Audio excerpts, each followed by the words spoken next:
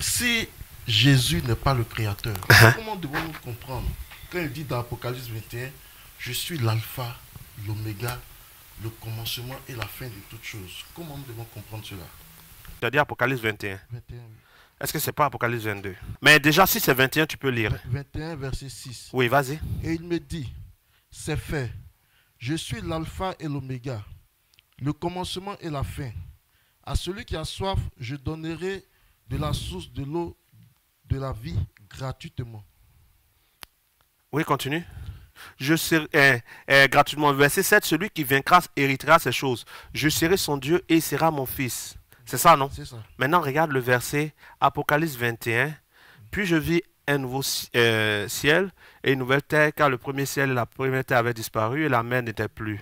Et je vis descendre du ciel d'auprès de Dieu la ville sainte, la nouvelle Jérusalem préparée comme une épouse. Et j'ai entendu du trône une voix qui disait, voici le tabernacle de Dieu avec les hommes. Il est mis pour Dieu ou pas?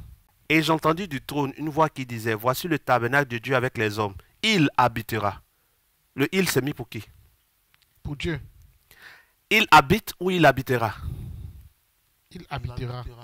Si c'est au futur, regarde bien la suite. Il habitera avec eux et ils seront son peuple. Et Dieu lui-même sera avec eux. Il essuiera toute larme de leurs yeux et la mort ne sera plus. Il n'y aura plus ni deuil ni cri.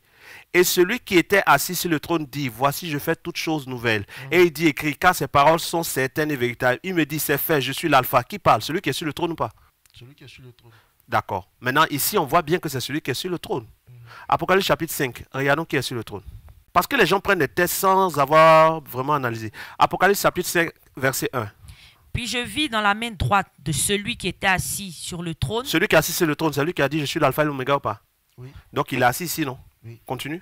Un livre écrit en dedans et en dehors, scellé de 7 sceaux. Et je vis un ange Verset 6 maintenant, Apocalypse 5, verset 6. Et je vis au milieu du trône et des 4 êtres vivants, et au milieu des vieillards, un agneau qui était là comme immolé. Il avait 7 cornes et 7 yeux, qui sont les 7 esprits de Dieu. Verset 7, Apocalypse 5, verset 7. Il vint et l'agneau vint et il prit le livre de la main droite de celui. Qui prend le livre de la main de celui qui est sur le trône? C'est l'agneau. Qui est l'agneau? Jésus. Donc, qui a dit je suis l'alpha et l'oméga? Celui qui est sur le trône ou l'agneau? Celui qui est sur le trône. Donc, ce n'est pas l'agneau qui dit ça. Jésus n'a pas dit je suis l'alpha et l'oméga.